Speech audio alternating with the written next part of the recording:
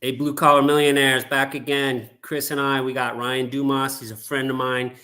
He is an expert at raising money. He's raised a ton of money. He's going to get into it about real estate.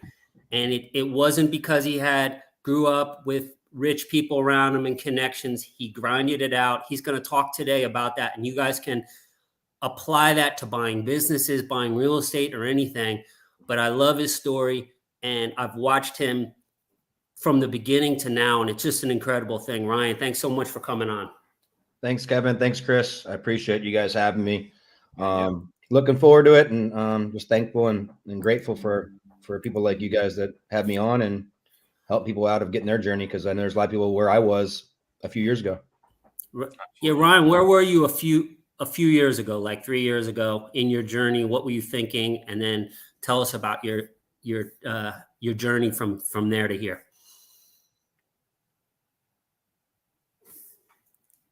I think he froze. Dang, are you freaking serious? Are you guys losing network, or was that me? Oh, there we go. Yeah, you're losing network. Yeah, tell us about the last few years. So a few years ago, I was going to conferences, going to conventions, learning. Didn't really know much about the investing side. Was real familiar with commercial financing, but on real estate only assets, and really familiar with hotels, apartments, self-storage. So just seeing people's personal finance statements go from 200 grand to 500 to $1 million to 2 million, that's what intrigued me. But then also being able to give back. I'm a big giver. I have people that are in foster care, adopted kids, and multiracial and everything. So I love that aspect. That's my big why, because I went to a Rod Cleef event in 19. That was the first big event I went to, and was doing really good with the finance. And you were you were doing commercial loans, right? Yeah, I did about $100 million of commercial finance in 19. So, but wow. Again, back then I was going for the money and wasn't really spending time with my family. Wasn't there for them, and was always going to conferences, always going to conventions, always going away. And that's when COVID actually happened, and really was like, I wish I had real estate backed up. I wish I had a business like kind of you do that was getting that cash flow that's always, in need during any time of the seasons and everything else. But just really stepped back, pivoted, shifted, and thought about what I wanted to get into. Lost money on a couple of deals going on in 19 to 20. We were all new. And then what I shifted to a couple of years ago, your question is, worked with experienced partners in that asset that I trusted and had a good relationship. And then, kind of that's where I am today with, closed on like 13 assets with really good partners. Tell us about the ones you lost money on. Like, give us a little run around with those, because I'm sure there's some lessons to be learned. I mean, it's one of the things that we probably didn't want to have too many partners on, but I think apartments, self-storage, these things are team sport. So there was, 4 of us that were all new. We couldn't raise capital over the crap. And I don't even know if at the time we even knew how to, manage the asset and everything else. So we were working on some, it was like 60 unit and 100 unit. And then COVID came and we lost our earnest money. Is about $7,000. And then I lost the attorneys, the securities fee. We paid that. And then the other 2 investors, there's 4 of us, actually it was like 6 of us. They paid, I paid, and then the other 2 that were on our side didn't pay us. And again, we were all very new at it and kind of took that as a loss. And, it was COVID, but we didn't raise capital. I don't even know if we would even finish the project. It had a big capital.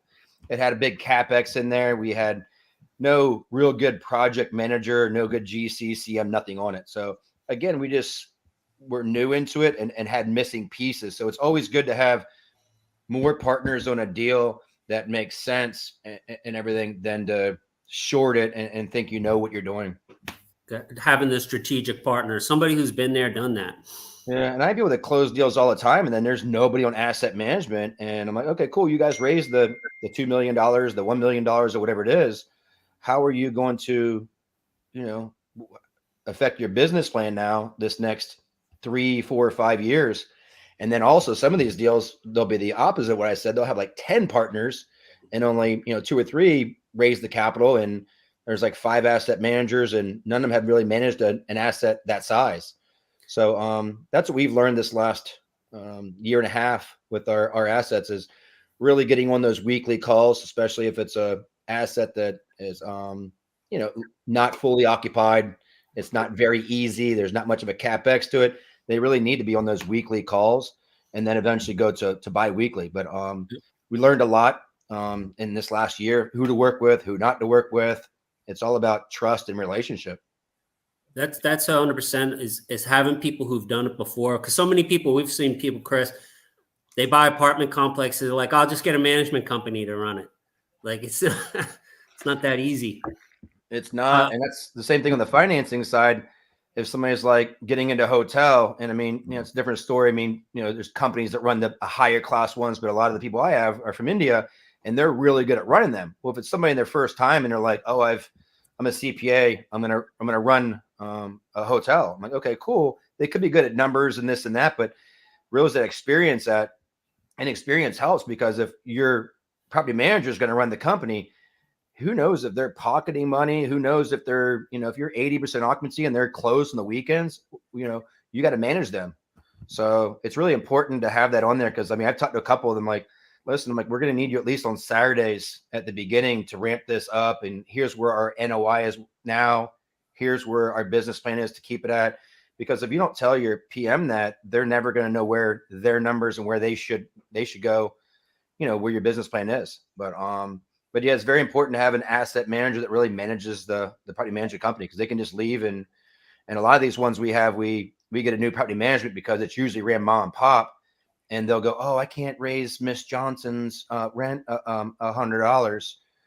Her and my son, hang out and everything else. So it makes it a little hard on sometimes with the same property management companies. Yeah, absolutely. Ryan, when did you? What was so? You saw these people making all these money, these big balance sheets. You're doing these loans, right? So then you said, I got to own some of this stuff. Is that what happened? And then you figured you have to find these deals, and then you got to find people who can bring money to them. Is that kind of the thought process a few years ago? That was exactly it. And then some of the people I had that were, coming to me for financing were all over the place. I'm like, man, if they can do it and everything else, that I can do it and everything. So yeah, but borrowed belief. Yeah, I mean, there's it's good to have that motivation and take action, but it takes the right people and team and everything. But yeah, just seeing where it's there. I want to have a wife and 4 kids, so I want to better them and be a big giver. And you can only give so much if you're making 50,000, 75,000, 100,000 a year. So yeah. How did you transition from doing loans over to the real estate, being an actual investor in real estate? I mean, I'm still doing the financing right now. I'm closing on a hotel and multifamily, but instead of putting like that 80-90% of the time into the financing, and I have a good solid team on it, kind of transition where I was doing 30%. I think I even listened to Kevin on some of those things, and Kevin and Tim Bratz and everybody else, putting 20% of my time, look at my scheduled time block, putting 40% of my time and looking, and then seeing where I am making money, seeing where, is it serving a purpose? Is it serving God? Is it serving my family and all that? Am I messing around on Facebook for 2 hours, which happened a lot too? And I'm like, okay, I got to change this and put more into trying to find a deal or trying to find a team member for the commercial investment side and really strategically making those calls. Like the rooms I was in and the masterminds, I'm like, I was making 10, 15, 20 calls. I mean, we would have these competitions of who's making the most calls. Like, how are you calling 40 people a week? I'm like, well, I actually made 20 calls yesterday. So, I mean, I really could be at 60, 70, 80. My goal this week is to make 100 investor calls. And again, if I have a list of 10,000 people, how am I going to get there? So now I got to figure out, we got to get a marketer or somebody else to start making some of our calls for us. Cause we're getting a little bit behind on calling all investors. Cause we've just been building up our high net worth investor list. So, all right, let's back into that for a second because you're giving some extremely good tactical advice right here. All right, so where are you getting these names from? First of all, you mentioned you went to masterminds, and then you mentioned that you are making a bunch of phone calls. These relationships is what's helping you tackle your dreams of doing deals. So, do you have a strategy of what type of masterminds you go to and how often? And then the next question is going to be, where are you compiling a list of names from so that you are calling 40, 60, 80 people a week? So I want to answer this question. It's similar to that, but I was listening to a guy in my Jake and Gino coaching program. So you pay for in there, and there's a lot of these platforms that are free. He goes, how much is social media? How much is Twitter? How much is Facebook? How much it costs to post there for non-sponsored ad? Zero. So, I mean, this group that you guys created, how many people were in the group? 4,000, 5,000? I mean, no. You can make 4,000 phone calls in that group. Hey, who's in this group that wants to talk about businesses? Who's buying HVAC? So again, that's what I start off at. Is I start off with free. I'm not going to start paying $5,000, $10,000 for something if I don't have it or if it's not going to produce. And then I start spending $100, $200 and seeing where that's at. But the main thing is filtering these groups out in these Facebook rooms for nothing and just making those phone calls is what I did 3, 4, 5 years ago, 5, 10, 15 calls a day. And then being in the deal room, being in Jake and Gino, my raising capital coach, Brad Blazer, just different people that I have them associated with. Talking to what's his name? Gosh, I can't. Frazier's helped me out with some of my physical stuff, and did some blood work and everything. But just really being there, because if you don't have any mentors and coaches, what do you have with a baseball football team that has no coach? So again, all these groups, all these rooms, but then also figuring out like the who and the where and the why. If it's me and I'm like, okay, I want to focus on self-storage and multifamily, I'm not going to go to a flipping event or a wholesale house event. So really focusing on commercial real estate of where it's at. And I have people that are in these flipping programs and they're paying for all this. Like, I want commercial finance. I'm like, why'd you spend $8,000 and $20,000 for those programs? And then also, references of, who's in this program. What did you learn? I mean, everybody I talk to that's in you guys' program is crushing it or getting ready to crush it. Nate April's getting ready to buy a business. He's a buddy of mine. I went out to Maggie Valley. Are you? Like, Cool. Dude, awesome. I'm like, if you want to get in ours too, but dude, he's like, dude, you're gonna get a business in 6 months. Watch, and now he's getting ready to get one. Closing this month.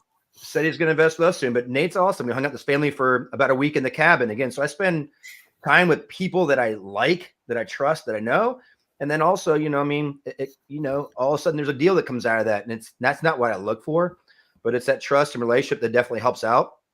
And I'm always working, always on Facebook, but I'm starting to, slow back on some of those. And that's why I developed that program that we have, kind of like you guys, so I can focus on 5, 10, 20 people at a time and really help them of what I messed up on, what other people in our group might have messed on, and then getting them to talk, because you'll have 50 people in a group and there's always 20 or 30 that never come on the Zoom and everything else. But being in the right rooms, like you said, and then figure out which rooms worked. Okay, I spent 50 grand for this mastermind. Did it produce any ROI? No. Did this one for $200? Oh, I was in this one for $400 a month and it crushed it. Okay, I mean, again, but telling people about it. Hey, I'm in Kevin and Chris's group and everything, and it's really good. Telling others about it, but it's not always of paying a lot of money for these groups. So, but it's really getting in the right rooms of where you want to be. Oh. You have the perfect entrepreneurial spirit because you went resourceful, and that was your first move before you started throwing money in. And I think that's the biggest excuse. Everybody pulls out and says an excuse instead of taking action. And you just debunked it right there by just saying, look, just look at what you got, what you can do, and do what you can until you can do better by purchasing in this stuff. What does those conversations sound like? So you're just moving through the list of people that's in these communities, reaching out to them. I mean, are you getting on the phone saying, hey, I'm Ryan, I'm doing this, that, would you be interested in investing? You talking about like to passive investors or just people in the groups or when you're in the groups and you're making these connections and focusing mainly on raising money, or do you not even touch the raising money and you just look to build a relationship and connect? So I started off just in the first million in these, groups. Who wants to talk about this? What do you do? And just who's buying in this area? Who needs help on financing? And I would call them, put Kevin Marin, Atlanta, Georgia, this amount of money, accredited investor, great at roofing and all this, very smart. Get on a call with him for any advice, and just put like little notes of everything. This person wants to LP money. They can LP, passively invest 100K or more, accredited, non-accredited. So then, eventually put that into a CRM called in our CRM, our accredited investor CRM. So that's what we did on that part. But really focusing, and then we're getting ready to get into some video ads. So right now we're posting a lot and seeing what's working, seeing what's not working. And then some people call me and go, hey, I want to find out about, what you do and how you've done it. I'm like, okay, well, we have a Zoom coming up. So again, it's all about the time. Like I listen to Kevin, I listen to Tim Bratz, listen to everybody else. And if it's like, I'm going to sit on these calls for an hour, 2 hours, half hour, and I could have targeted some of my investor calls and I lost out on that time because you only get so much time in a day. Yeah. I really got to focus on seeing what's working. I love to help others out, but if it's slowing my progress down and, not getting food on the table, and I can say, hey, I can't help this one family out now. I was one homeless person I was going to help out. Now I can't help them. All these people that I can't help out. I think about it that way.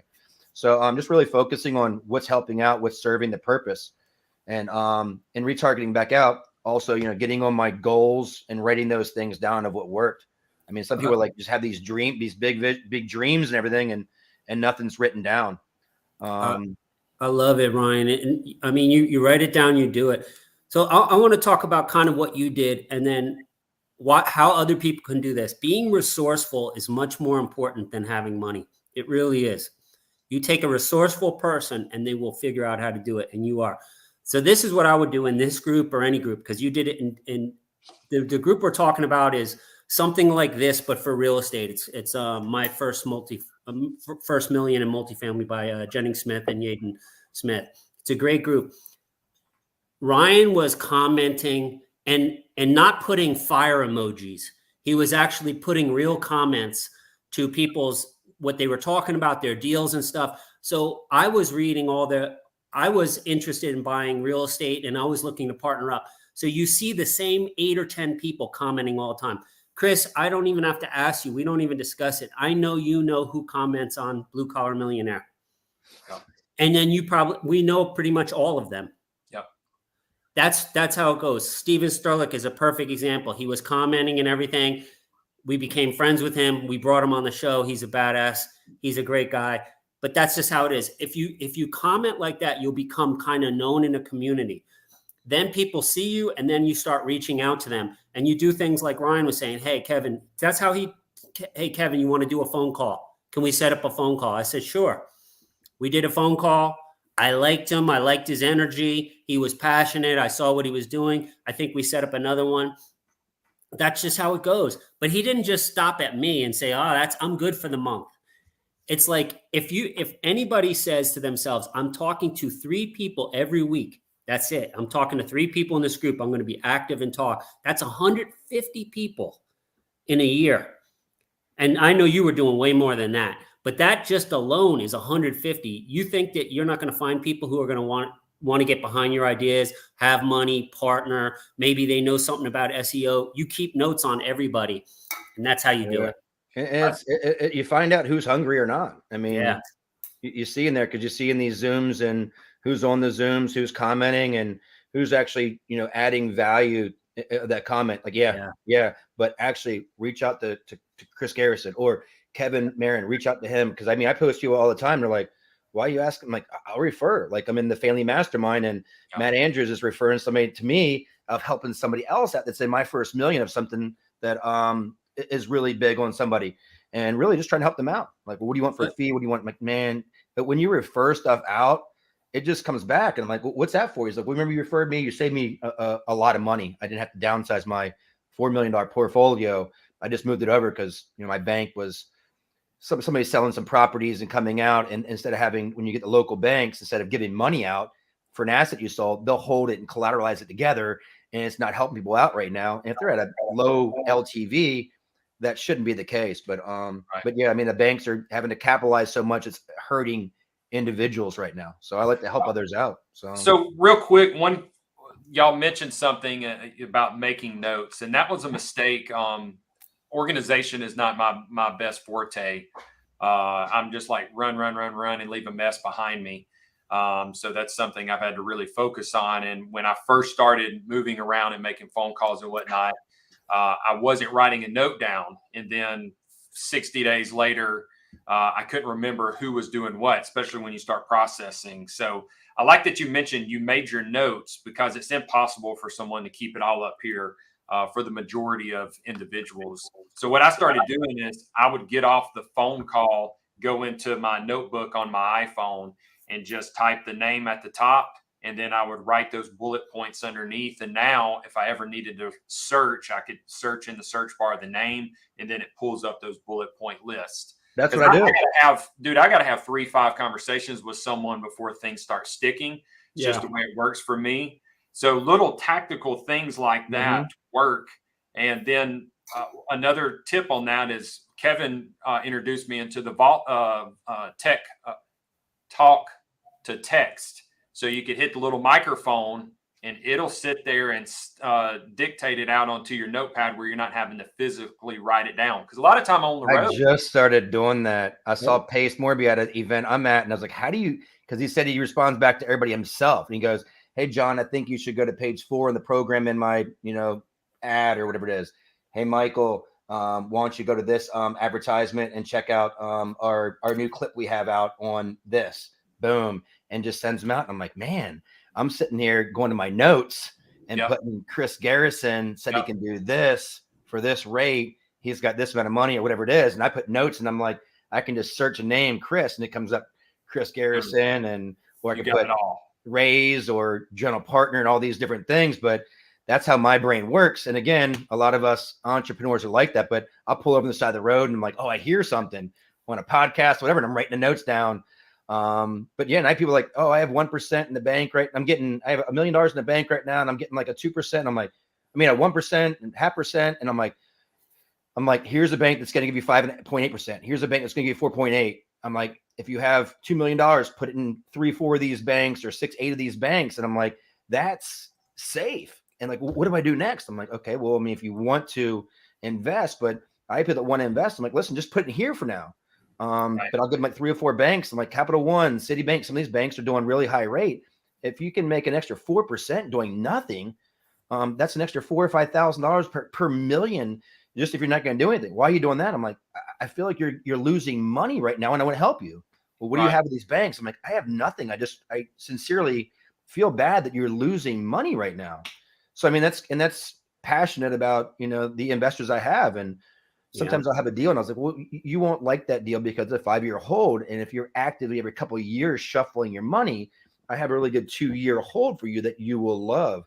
And, just get into that and get into the partnership and everything else. But I love what I do. And that's one thing my parents always told me is it's not about how much money you make. It's what you do and loving what you do. I have 4 daughters, and my daughter told me she's going to be a museum curator. I'm like, I have no clue if she's going to be, taking out mummies or what the heck she's gonna be doing, but I'm like, she wants to do it. That's awesome. And she's like, you're happy for me being a curator? I'm like, you do whatever you want to do. You're 18 years old, and I want you happy. If you got to go to Italy and New York and that's what you want to do, that's awesome. But that's again how my values are. And I try to be supportive of my kids.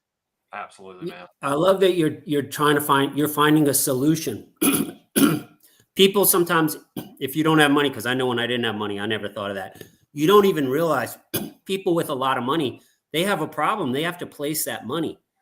They can't stick it. You can't have, if you got $400,000, you can't just sit that in a checking account. It's losing money daily. And trust me, the people, they know that inflation's going up. So that's an easy conversation to say like, hey, you're losing money. Maybe this is a better play for you. And then you just make them feel comfortable and secure it. But Ryan's doing it. You're not getting on the phone first thing like, hey, I got this deal. I need $100,000. You're not like that. You're just working. You're talking to people, listening to them, and finding solutions. Anyone can do that. And buying businesses. You could buy you could buy a $2 million business for $200,000. You only need 2 people who say, yeah, that makes sense. I got money sitting. I'll give you $100,000 on that. But they have to believe in you and everything. It's not that hard. Again, we have a Atlanta deal we're selling and some land entitlement. And that's where I want to put a little bit of this money in. It could be with Nate or somebody else, but definitely be coming to you guys for somebody that's again, why we're in these rooms, why we're in these groups, because I trust Kevin. I trust Chris. I trust Kevin with Chris. And I trust the people that he would bring me to for an investment. And the same thing, he might say, hey, I know you're doing really good with your business. Why don't you put some of that into real estate? Your business is growing pretty exponentially. So again, it's a give receive thing. Just like in my mastermind, Matt Andrews is like, where's your give? Where's your receive? What your gift as you're good at. But yeah, it's really good just being in these rooms and just going from there. But I have people that go to these networking events and then conferences and then some people are spending $8,000, $10,000, $12,000. And it's good if you're going to get that value out of it. But if you're going to be in a program, spend $40,000 and then not go through the course and then blame that person. But there's stuff that you can learn from these groups. I mean, I have people that go to these conferences and I think it's great to have a coach. If you can spend $20,000 for a coach and they're there for you, you will accelerate.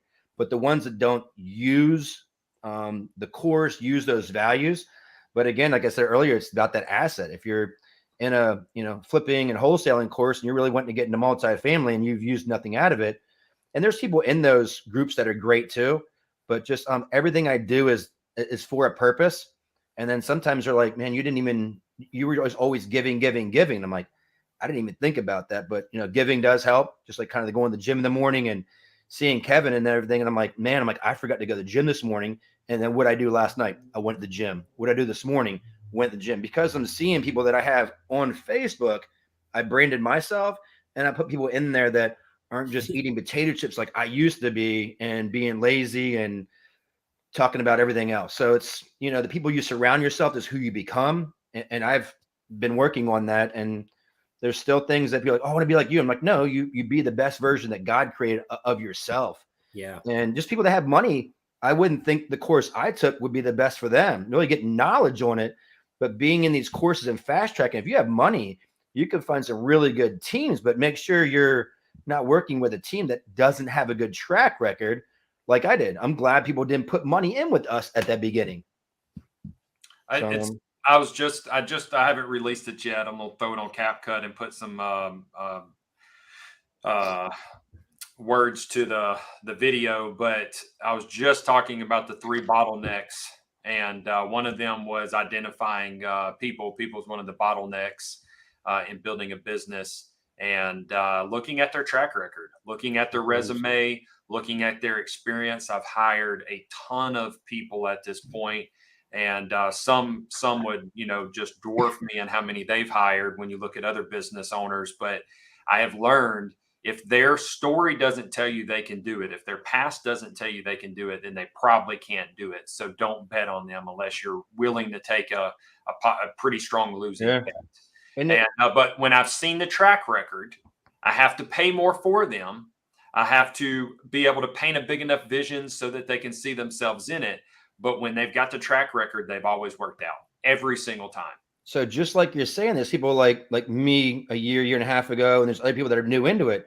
Work for free for a little bit. Work for 1% equity. Work for something else to get your foot in the door.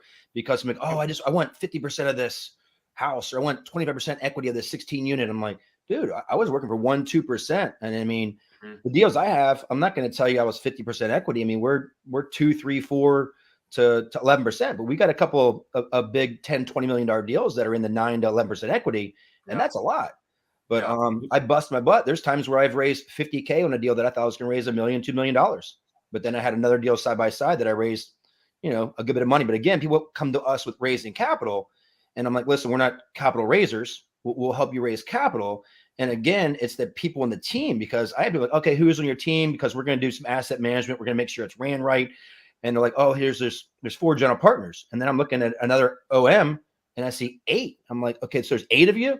Well, what do you do? I have no clue. I don't know anybody. I'm like, so you're working on this deal, but you don't know anybody on the team? No, I know the one guy. I know the one main guy. I'm like, so that's, again, I mean, you really want to know all your team members, because you are married for the 3, 5, 7 years you had the loan. And especially if you're working with securities and all these things too, you don't want to be messing around. You really want to be in these rooms and with people that are, doing this. I mean, people are losing earnest money all the time right now that they can't raise capital, or they've got these variable rates. And that's one thing that I did not do. Or we got like a rate cap on one of them, but we didn't sit with these 3-year interest only. There's like $1 trillion of debt coming through this next 6 to 9 months, and $3 trillion in 3 years. And a lot of those were at 3%, 4% rates. Yeah. So That's going to it's be a good. hit. It's good of, getting that a risk and making sure, because I know long-term play is good.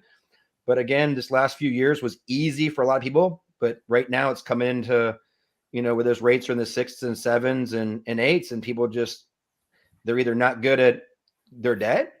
They got insurance where it was coastal, and now those rates went up, doubled in Florida and by the water. More than that, yeah. So I mean, in New Orleans, I heard some people that 2.5, 3 times last year's prices and everything in Houston and New Orleans. But again, we're very picky and bullish, and you guys see where your time is spent. Now we're getting into Class B assets, B plus assets, and more of the location, because if it's a nicely built C plus and a B plus A location, we're going to buy it. But yeah, we're being very picky, because people are like, oh, you guys are buying too fast. You're buying too fast. I'm like, we're actually not, because we have about 5 or 6 different partners that are in each of those cities, or that are really good at that asset. So we're buying self-storage, and we don't know about it. We're not just going to buy a 400 unit. We have a partner that's really good at self-storage, or one that lives close by and knows it very well. And I know Kevin does that too. I saw him with a couple of self-storage operators, or one, and very picky, and somebody that's really good hands-on, that's really a worker, and that's hustling, and they're hungry. And the same thing, we want to make sure those pieces are all there. But yeah, we love the growth we've had, and we try to bring as many others with us on this journey too. That I just had a call with Joe Evangelisti yesterday, and we were talking about it. And he's looking, he's always looking. He's talking to me because he's looking to do more deals and raise money. But he was listening to me, and I was talking about, I'm really not so much on the cash flow. I'm looking more at depreciation and different stuff. So he said, hey, I don't have anything for that now, but he's taking notes too. Absolutely. Like, he's not saying, don't worry about that, Kevin. Yeah, I got this deal. I've had people do that to me where I tell them, but they don't listen to me.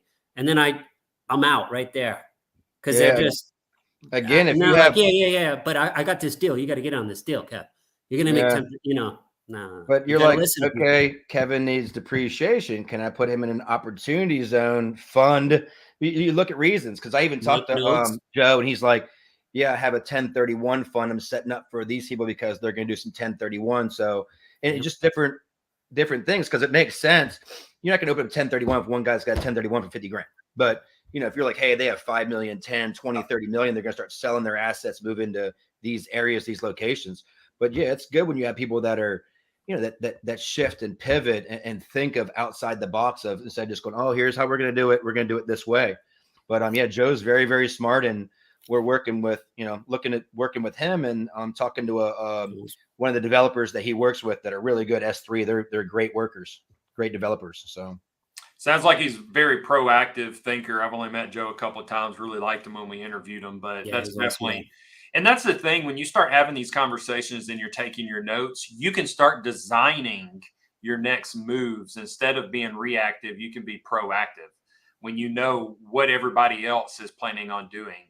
And when you're asking those questions, one of the biggest mistakes is when you're having these conversations, you come in and you carry the conversation. Instead, ask the questions, what are you into? What are you looking to do? Where are you trying to be a year from now, 3 years from now? I want to see if I can try to help you get there.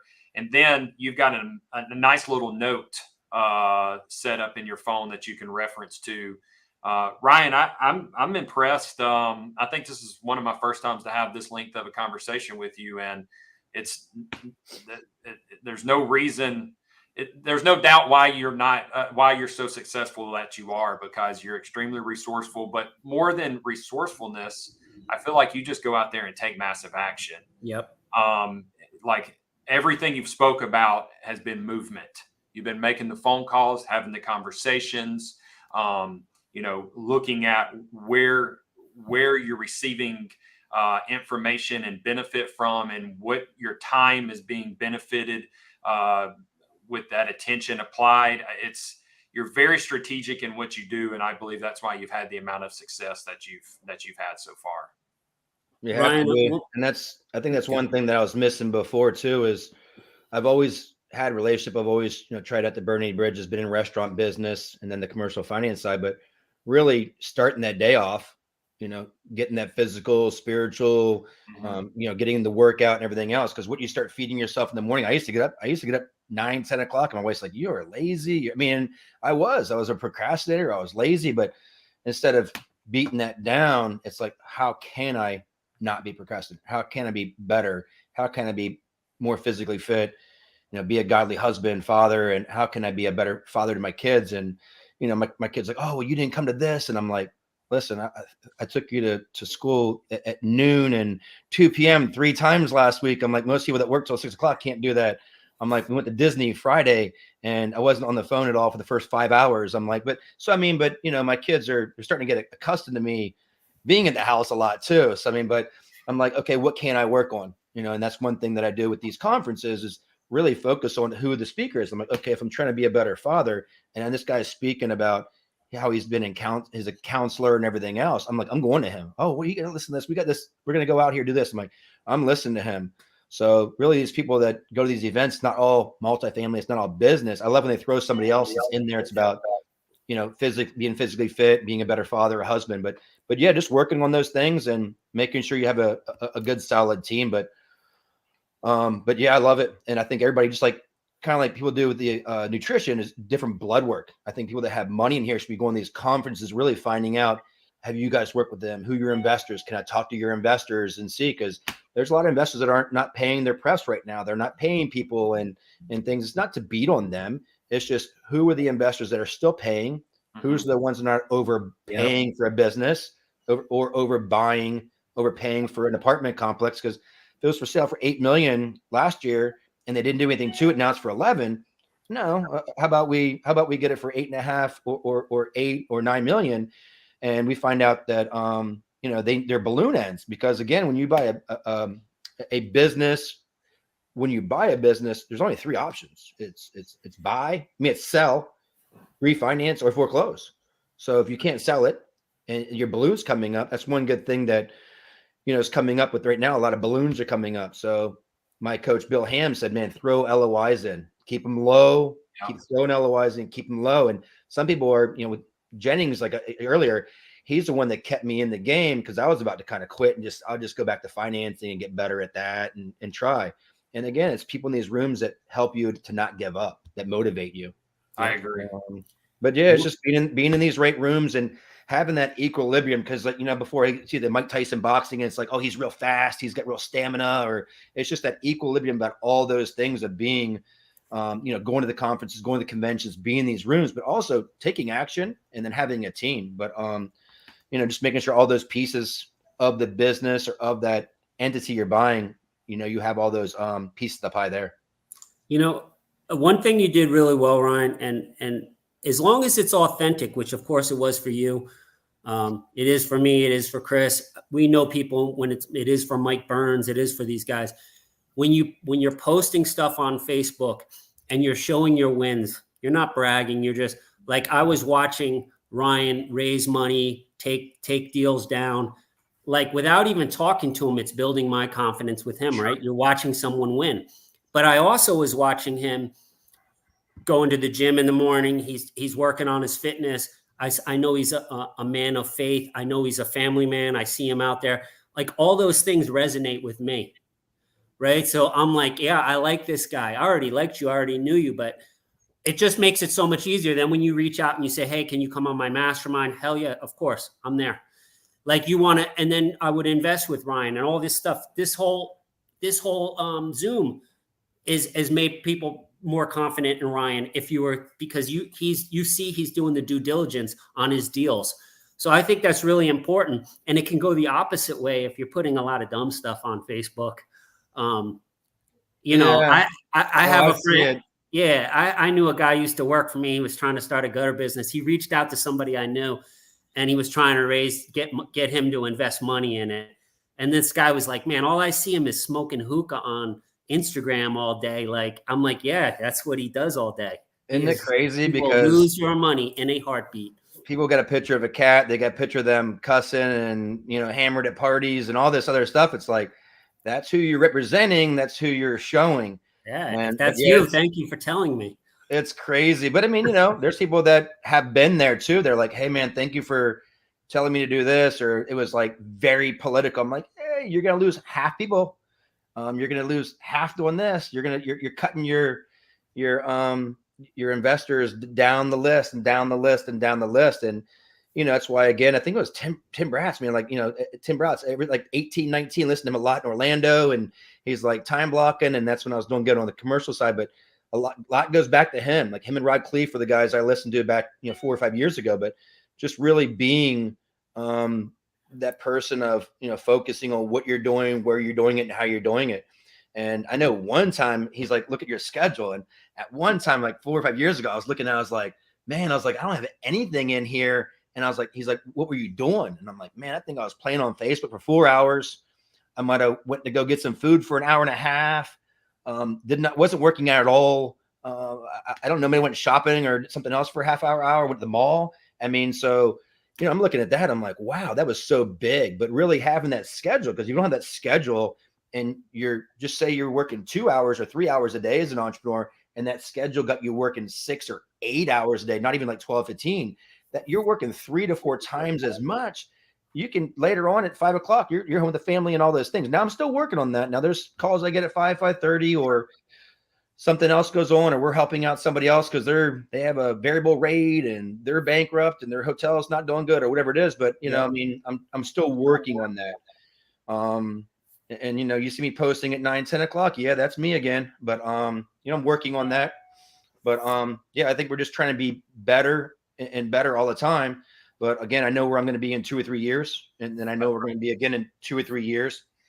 And but yeah, I appreciate you guys and everything else you do, and I love the people that call me like, "Oh, I've been following you for a couple of years." I'm like, "Follow me for what? Like, what are you looking at?"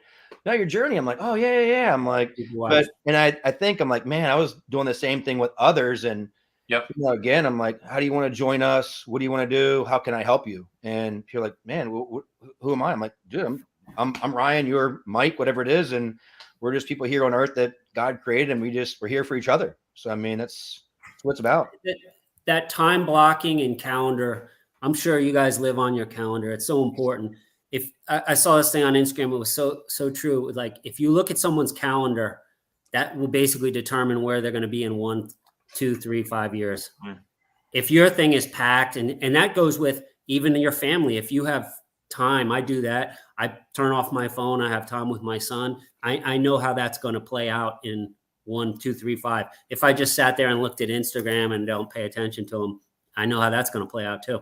So It's really important to do it. And can you be consistent with it? It's like going to the gym. Everybody can do it for a week or two. Can you go all the time? You're going to get in shape. If you make calls like this every day, 1 call, 2 calls to people and talk to them about, are you interested in business? Maybe you're interested in investing. Maybe your partner, you're going to buy a business. You're going to buy real estate. It's inevitable. And my wife can tell if I'm reading my devotions or not, because it's saying things in there. I'm like, oh, babe, you've done a great job today. Thank you for the kids. Thank you for all the things you've done.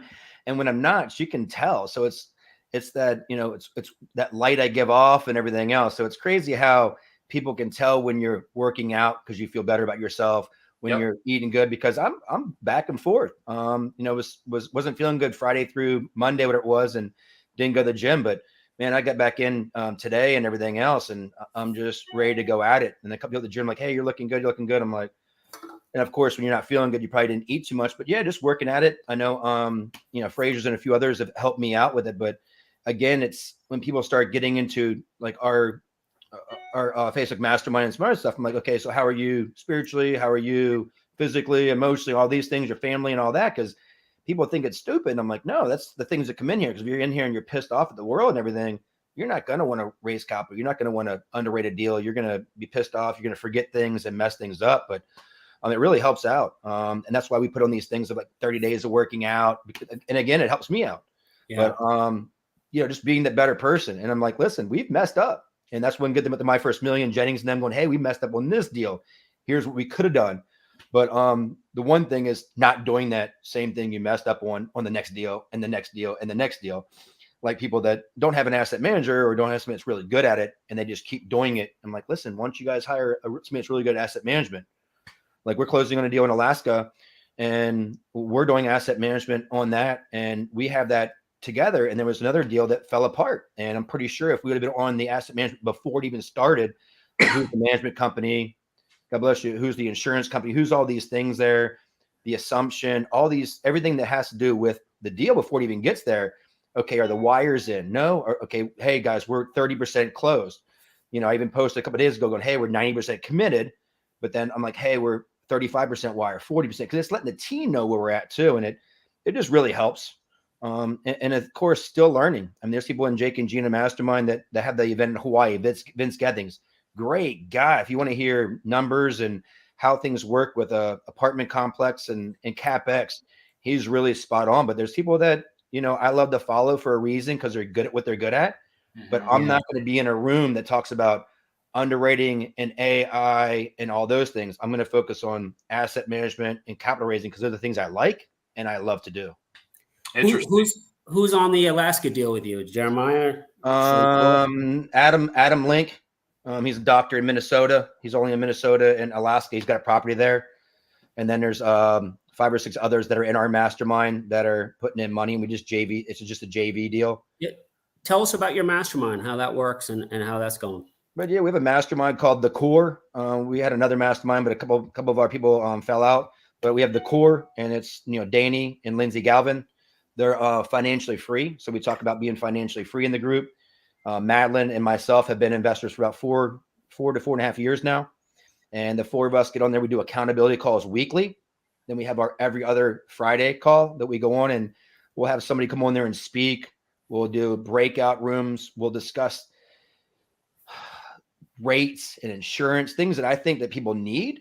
And then if there's something that people in the group are really talking about that are struggling, or, you know, they're starting to advertise stuff all whack, we're going to get our securities attorney. We're going to get him on there to speak. So whatever people need, it's not like, hey, Kevin and I are going to do this. Kevin and I are going to do this. Like, hey, where you guys need help at? And then I'm like, hey, here's our self-directed IRA person, but don't just take mine, because if you're West Coast, you know, you might not like him or the timing might not work or anything else, but always get more resources. But trying to give as many resources out, we really try to build people to make those calls like I did. You know, oh, I don't know where I'm raising money. I'm like, there's like 6 people in this group that have about $1 million. I'm like, do you not know that? So again, you know, getting them out of their shell. And, you know, we underwrite deals every other Wednesday for multifamily and self-storage. Been doing it for about 6 months now. And just really getting people to learn.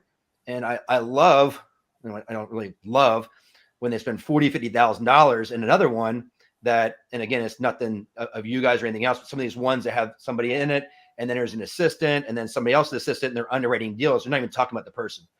I love the Mark Evans DM. So I mean, I know his program is more expensive too, but he's awesome. But there's other people out there that do these programs, and they'll charge a credit card for a 21% rate for people to invest in, and they could have just invested into a good deal. But I just really love to help people out when they spent money in our program, and then they're getting more value in a $250 a month program. And we're going to keep it pretty simple. We're not doing a $10,000 a year and a $20,000, just like you guys. I mean, but I just really like to help people out. And then we're going to be doing those like a couple of times a year type trips at like Pigeon Forge, a couple places where there's larger houses. I like that intimate where it's like, oh man, I can hang out and talk to Kevin and get our time, kind of like you guys are doing. Or, hey, I sat down to Ryan and we talked and everything. And he introduced me to Chris. I didn't know Chris did this. Or I didn't know Mike did this. And I'm a facilitator, like we talked about before. Yep. And if I know there's 10 people in the room, I'm like, well, if you need financing for single family, I'm like, Mike, that's all he does. Did you talk to him yet? No, I didn't even know. He's been here for 2 days and you didn't talk to him. There's 10 people in the room. So that's why I'm in there. I'm like, hey, you guys need to talk to 4 people a day so you can get through and everybody talk to. And those rooms really work. Yeah, you got to talk when you're in them. I mean, I went to Rod Khleif's event like 4 or 5 years ago. I didn't talk to anybody. I didn't really talk to anybody. I went to Tim Brotz's event and I had a different attitude. I'm like, I'm going to talk to people. I mean, you have to talk to people to do it. Yeah. And if you say, well, what do I talk to people about? Or if you're a little antisocial or something like that, all you have to do is be interested. People are interesting. Just ask them about themselves. People will talk all day. Ask them to talk and say, hey, how did you do that? How did you build that business? How did you get into real estate? They'll talk all day.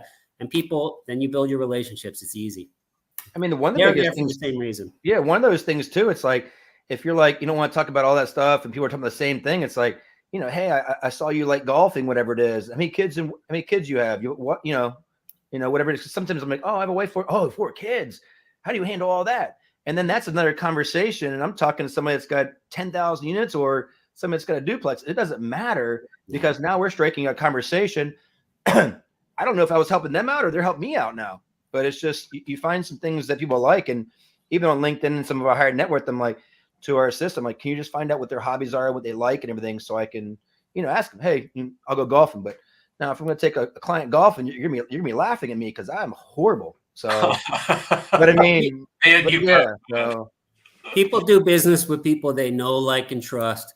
And you know what the greatest thing, when you see people on Facebook or you see them on videos or whatever, their courses, and then when you get to know them, they're so normal and regular. They make all kinds of mistakes. They're not an expert. They just might be further ahead than you. Just take what you can from them, offer what you can, and next thing you know, nobody has it all figured out. That's for sure. And that's another thing too. These people will go to these events or they'll go to whatever it is. They'll meet you and they're like all dressed up. And I'm like, listen, I'm not dressing up. I'm going to be coming in shorts, flip-flop, and t-shirt. This event, I'm going to wear jeans, a black shirt. But again, I mean, if you're all dressed up and you're stuffy and you're sweating, you're not going to be comfortable, where you're at. But yeah, it's crazy, man. My uniform is sweatpants and a t-shirt. It's every day. It'll be that in Cleveland. It's at events. That's how I go. I love it, man. I'm a polo wearing guy, but Kevin, I love your awesome t-shirt. I don't like the itchy and all that, but anyway, it's just me. So I literally have like 20. My wife would love me being a polo guy. What's that? I have like literally like more than that, like 30 of the same exact white t-shirt. I like how it fits. I might start doing push-ups and pull-ups. I might start getting on a Zoom call. I'm wearing the same. I'll just change them out, take it off, and I put another one on. I got about 8 or 9 black shirts that are exactly the same too. So it's kind of funny. Like, you wear the black shirt again. I'm like, actually, it's the 3rd black shirt I wore today. My wife's like, what? I'm like, it's 97 degrees out. I'm like, it's funny because my stepdaughter, when she was like 13, she was telling me about how somebody had so much money. I said, that they don't have any money. She said, look at how they dress. They dress like this. I said, no, the goal in life is to act like you don't have money, but you do have money. And she says, well, you're doing a really good job. Because I'm always wearing sweats and slippers. So you're doing a really good job. It's funny because I'll get in cars and like people are like, oh, I got in a car with this guy and he was dressed like this. I'm like, okay, that doesn't mean anything. When we found out he's got like 4,000 apartment units, I'm like, exactly. I'm like, it's like the more money you make, it's like you're gonna go out and like, I'll go out and get a new pair of reefs. We're like, what is it? I'm like, man, these ones that's over $50, and I'm like, I spent $30 on them. And again, I mean, I want my wife to be able to get more clothes for the kids and do things that they want and fun stuff and be able to travel. I mean, we travel a lot and everything, but most of them I'm working during we travel, but just don't travel too much during when it's hot out. But I'm getting ready to go to some cabins here soon. I'm excited about. I love North Carolina, Georgia, and excited for that. So I just rented a lake house in July and on a lake. It's awesome with jet skis. I love Pigeon Forge. You said you're going to do one. If you do one out there, let me know. I love going to Gatlinburg. We go like 4 times a year. Pigeon Forge is a great place to have a mastermind. Chris and I probably end up having one out there. Well, let me know. There's like about 8 or 10 cabins on one of the back sides that are like 7 to 9 bedrooms.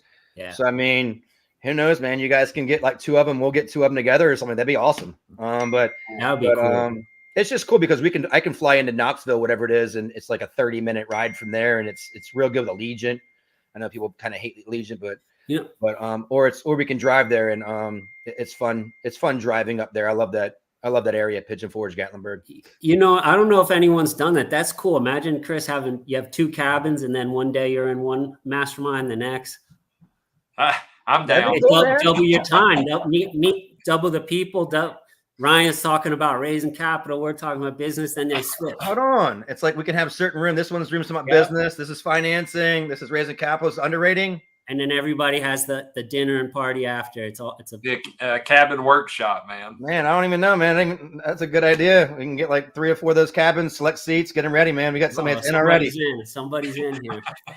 But yeah, man. I mean, I just like doing things like that because then people are like, especially those events that aren't too bad. It's like, you can spend $1,000 to have something like that, or $1,500. You have food there. People are gathering. And it's just same thing with the family. We're gathering. I'm like, we sometimes we go out to eat a lot, but we do stuff at the house. We're always cooking, and it's that family time. You get to talk and all that. And I know some people are like, oh, I haven't had dinner with my wife or kids or all. I'm like, man, it's big. And that's one thing that I've been, working on. But yeah, anything that I can help out with anybody. I mean, there's a couple of things I'm good at, but there's a couple of things that I try to be really good at. And there's a lot of things that I suck at, and I try to get somebody else that's good at those things, or delegating those things out. But if it's something I don't like to do, I'm going to get an assistant or somebody else to work on those things, especially if they're time consuming. And I'm doing the $10, $15 an hour task. I'm working on, $500 an hour, $2,000 an hour, $5,000 task, and keep leveling up, and then keep putting admins and other people in those to grow. But however I can help out. Formula. Yep. It's crazy, man. But being in these rooms, I wouldn't have known it without you guys and Tim and all these other people that talk about these things, and hearing Mark Evans speak, and Toby, hearing him speak. But everybody just being around those people, because the more you hear, what you hear is where you go and what you do. Yeah. And if and it's not about bars and restaurants, because I used to be in the restaurant industry, but I was always out drinking till 1, 2 a.m. And that's what I did. I was around the people that did those things. I still have drinks and social and hang out. Don't get me wrong, but it's what I did and consumed too much of is became the person I was. And I was a, cussing madman and everything, but just trying to be a better person, better godly father, husband, and really just trying to help others in whatever industry I can help them with. And if it's something like people are talking about business, I don't know. I'm like, man, you should talk to Kevin. I sent 2 people to you today about talk to Kevin. I know I get a lot of people on it. I appreciate that. But yeah, I mean, it's how do people reach you? I mean, we have the mastermind, the core. We're going to do a breakout next week. Get in there, and my assistant Jolene can get back and give you information about it. It's $250 a month. We have a couple spots left for this month coming up. We do have a meetup in Clearwater, Florida, the 4th Wednesday of every month. So if anyone wants to come down and hang out, I had people come down from Georgia, and we had a hockey player from the Panthers come down from Miami.